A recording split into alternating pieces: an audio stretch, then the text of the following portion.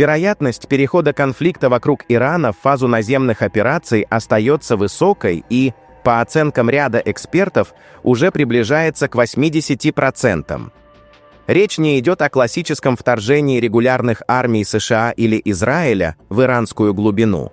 Напротив, наиболее реалистичным выглядит сценарий ограниченного сухопутного давления через периферию, с опорой на региональные прокси-силы, прежде всего курдские вооруженные формирования, действующие на стыке Ирана, Ирака и Сирии.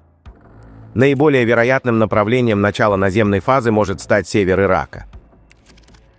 Этот регион формально входит в состав иракского государства, однако на практике представляет собой пространство ограниченного суверенитета, где курдские отряды обладают собственной системой управления, вооруженными силами и внешними связями. Для США это принципиально важный момент. Заход осуществляется не американскими солдатами, а силами, которые можно представить как местных акторов, снимая с Вашингтона прямую ответственность. Подобная модель не является чем-то новым. США десятилетиями действуют именно так, минимизируя собственные потери и перекладывая основную тяжесть боевых действий на союзные или зависимые силы. Сирия стала одним из самых наглядных примеров, где курды использовались как эффективный сухопутный инструмент, но так и не получили ни гарантий безопасности, ни политического вознаграждения. Именно поэтому в экспертной среде все чаще звучит жесткая формулировка. Для США курды – это ресурс, который не жалко, ресурс, который можно активировать, направить, а затем, при изменении политической конъюнктуры, списать. В этом смысле текущая ситуация вокруг Ирана выглядит как повторение уже знакомого сценария, но в куда более взрывоопасном регионе. О возможности наземной операции против Ирана накануне прямо заявлял президент США Дональд Трамп, что само по себе является важным маркером. Когда подобные вещи произносятся публично, это означает, что они уже обсуждаются внутри системы принятия решений. Дополнительным подтверждением стали публикации в The Wall Street Journal, где со ссылкой на источники сообщалось о готовности Белого дома поддержать иранские группировки, способные взяться за оружие с целью свержения действующих властей в Тегеране. По данным издания, 1 марта Трамп провел переговоры с курдскими лидерами и продолжает контакты с другими региональными фигурами, которые могут попытаться использовать ослабление Ирана в своих интересах. Эти сигналы были восприняты в Тегеране предельно серьезно, поскольку они указывают на попытку разыграть внутренний фактор не только военным, но и политическим образом.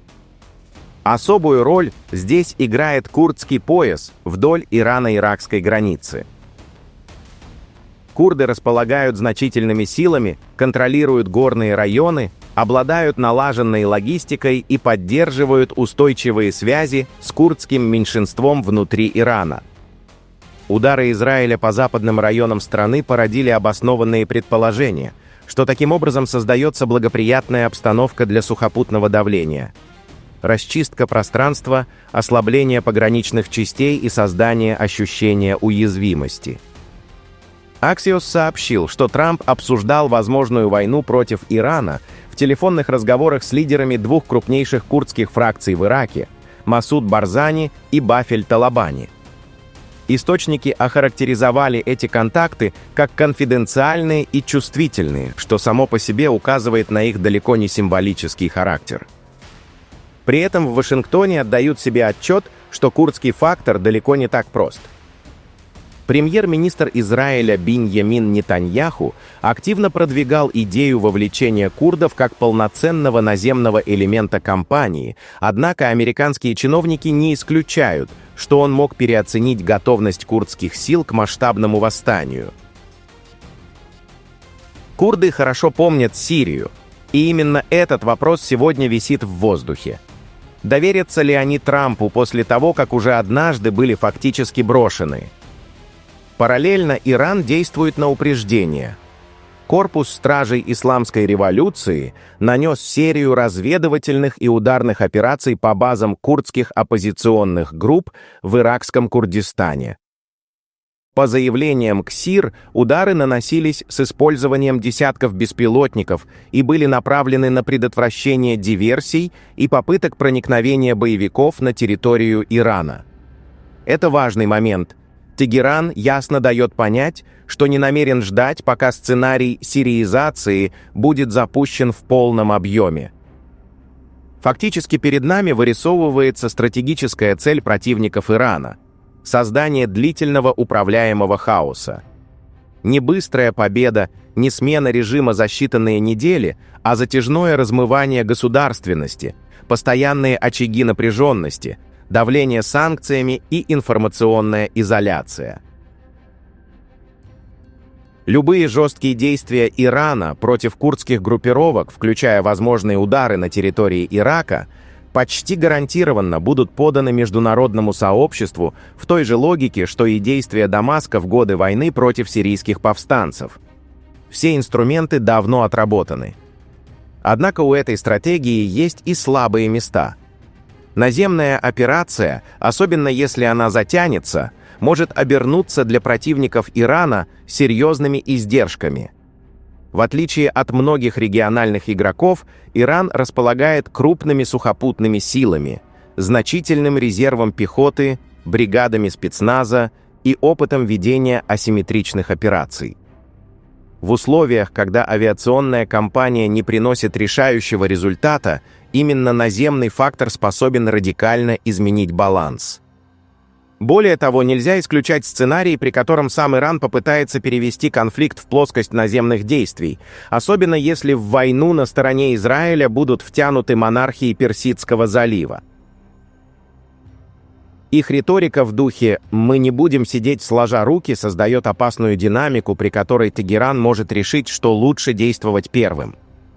В этом случае сухопутные операции могут выйти далеко за пределы иранской территории.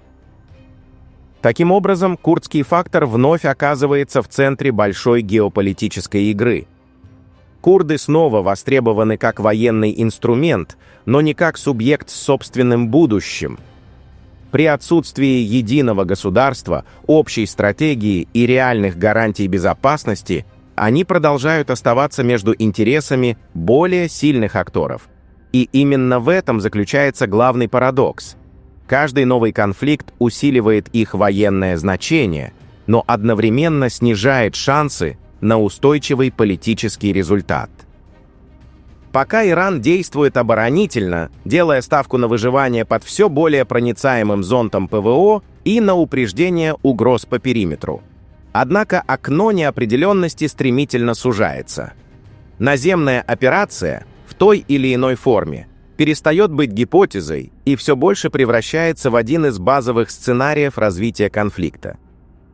Если нынешние тенденции сохранятся, давление со стороны США, Израиля и их региональных союзников может существенно ограничить стратегические возможности Ирана. Эксперты считают, что Тегеран будет вынужден искать компромиссы или адаптировать свои действия в долгосрочной перспективе.